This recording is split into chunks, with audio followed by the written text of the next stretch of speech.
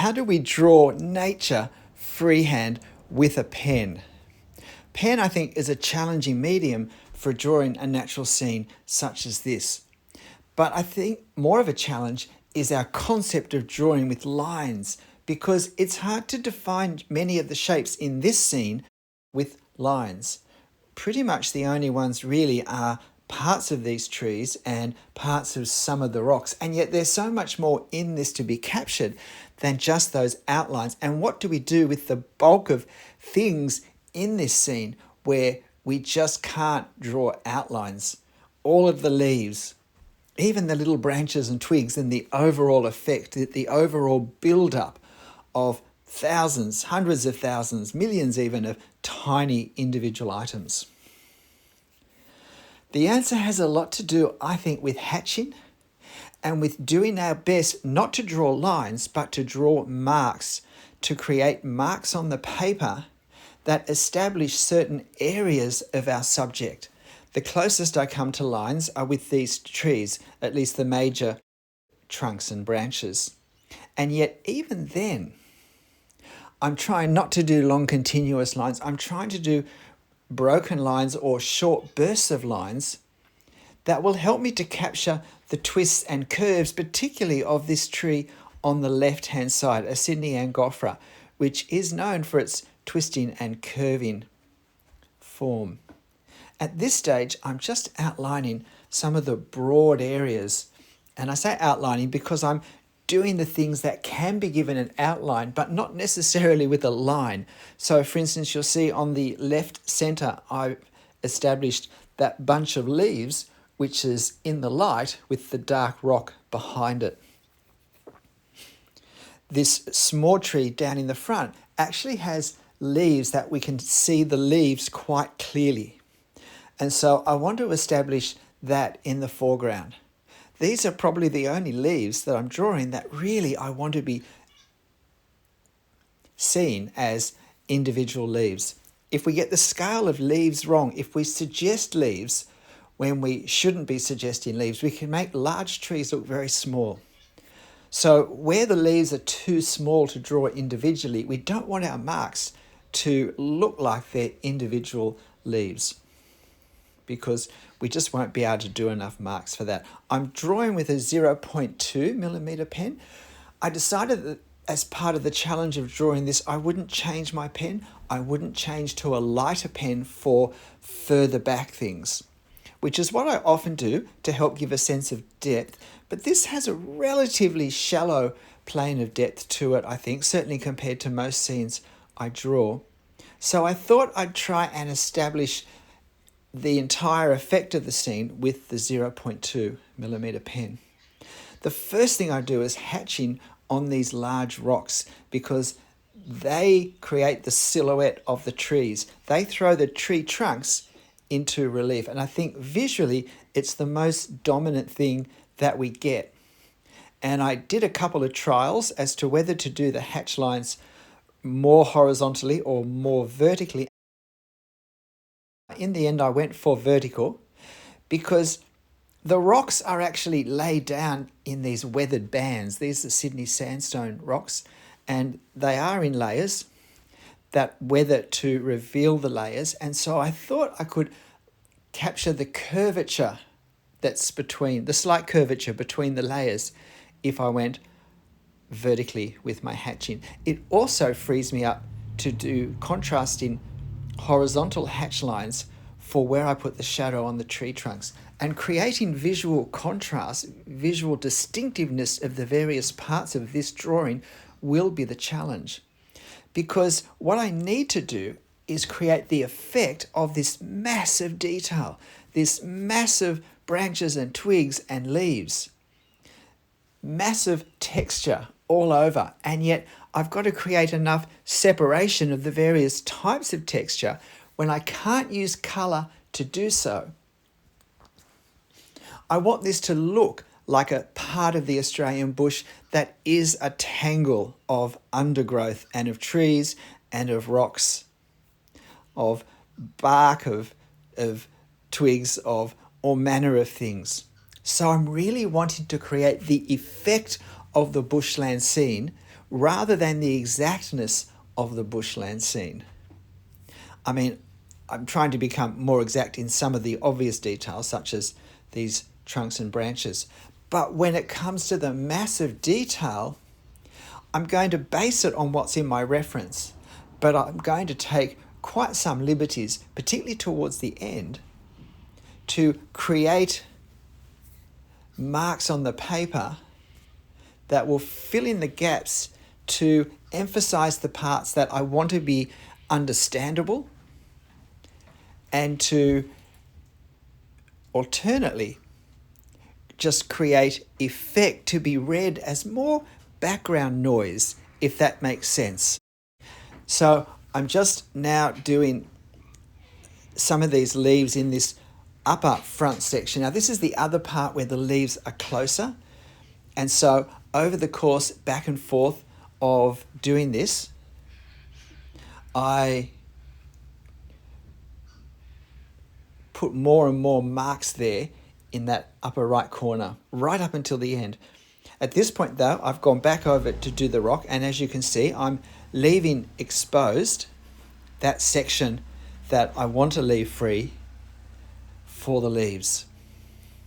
You can see that all the way along, I'm doing my hatching for the trunks and the branches in a roughly horizontal pattern, but even so, I'm actually trying to add some curvature. I'm trying to do the hatching to also reflect the form of the trees, of their roundedness, their column-like structure, because that also helps us to read what we're looking at. It helps to give depth to this scene. One of the problems with with photos of trees and whatnot, bushes, shrubs, is that they end up looking very flat. It just looks like a tangle of detail that really it's hard to work out, except perhaps for the very closest things, what's what. And so with this, I'm also wanting to create a sense of layers towards the front, and then, as I said, just general background effect further back. And I'm wanting to also leave a few spaces of sky, but not too many.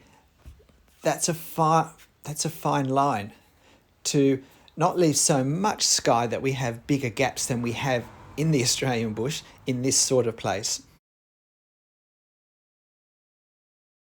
It's much easier painting where we can just put the dabs of bright blue in between the leaves. So now I'm concentrating on this left-hand section first and on this tree. Now, when we do hatching, we're doing hatching to create value, to create light and dark, various tones of grey in effect. And so I often mention that we read value against other value. So it's not so much how dark do I make any one point, but how dark is what's next to it. Because what I want is certain parts of this to be easy to read, to be easy to see and instantly know what's happening.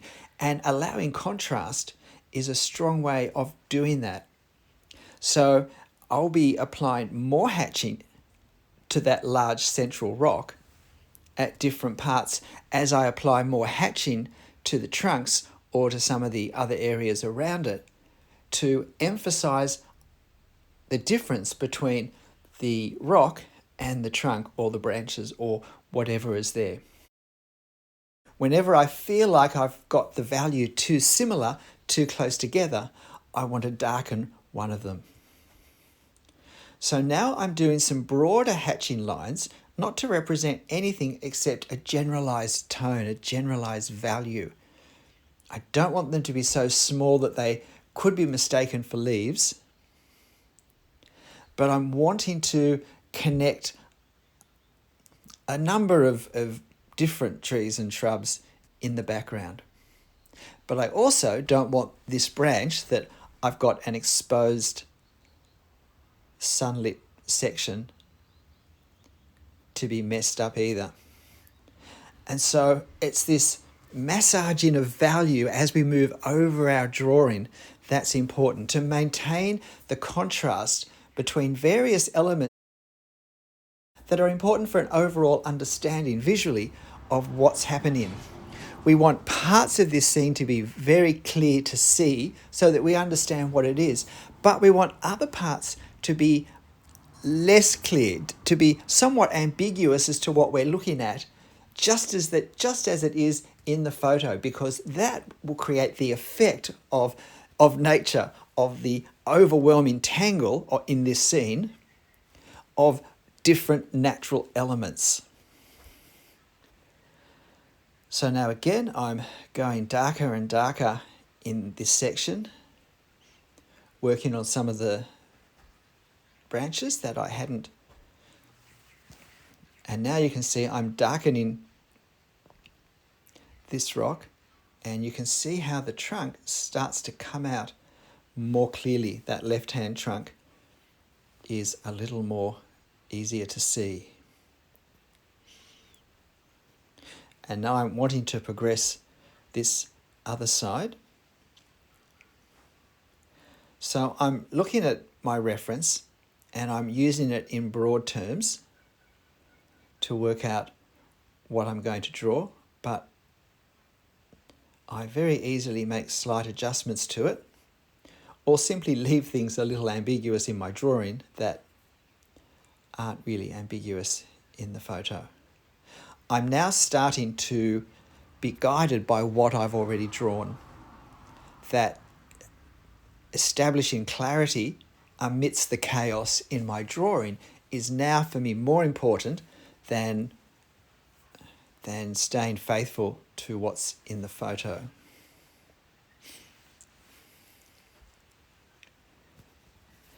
This drawing took me just over an hour to draw in real time.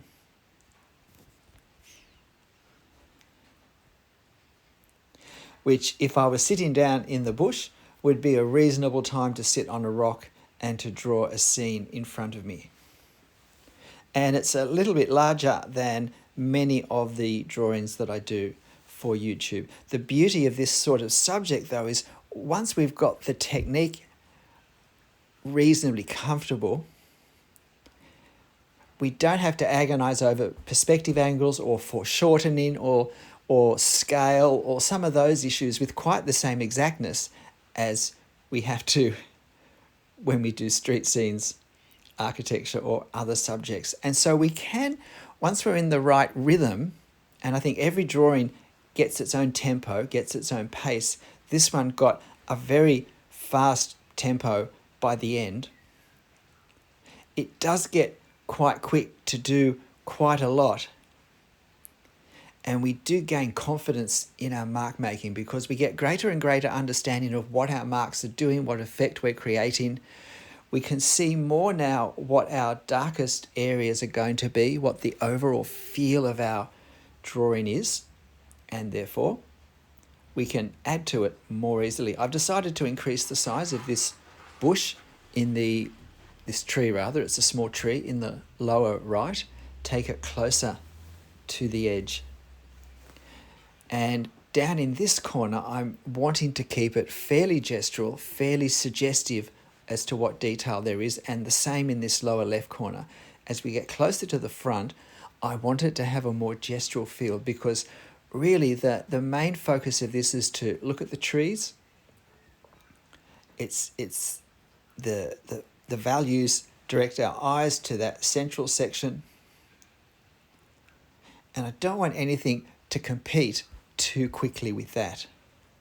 At some point, I hope the viewer's eyes will roam around the entire scene. But I do want a sense that there's a focus.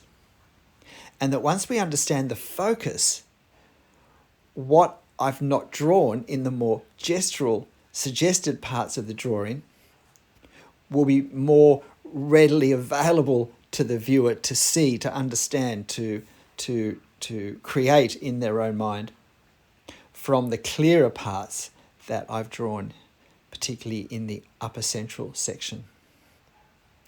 I hope that makes sense.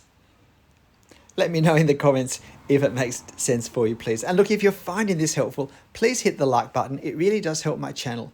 And please also leave a comment. Again, engagement is seen by the algorithm, so it's very helpful if you engage in a way that helps me as well.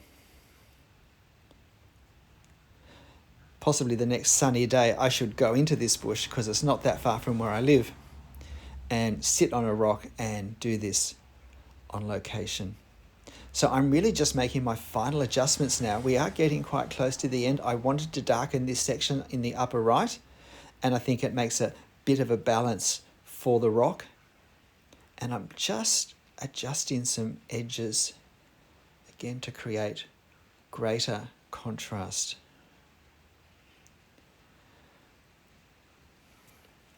Does it look like a tangle? I think it certainly looks like a tangle. Do you think there's enough clarity in what's there? Well, as someone who's well experienced in the tangle of the Australian bush, I feel like I have captured something of the effect of when we're staggering through it, particularly if we don't have a track that we're following and we're just bush bashing, as we call it. So the last few lines, but the important thing, you see, I'm not drawing lines, I'm making marks. And if we keep speaking that distinction between drawing lines and making marks, it may help us to actually think marks instead of lines, which I think will only help us in scenes such as this.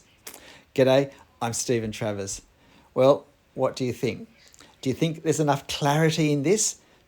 Clarity and tangle at the same time? I certainly had fun drawing it. And I'll post this reference photo on my channel community page so you can have a go too, if you're brave. But look, whatever you draw and however you draw it, make sure you have fun. I'll see you next time. Bye.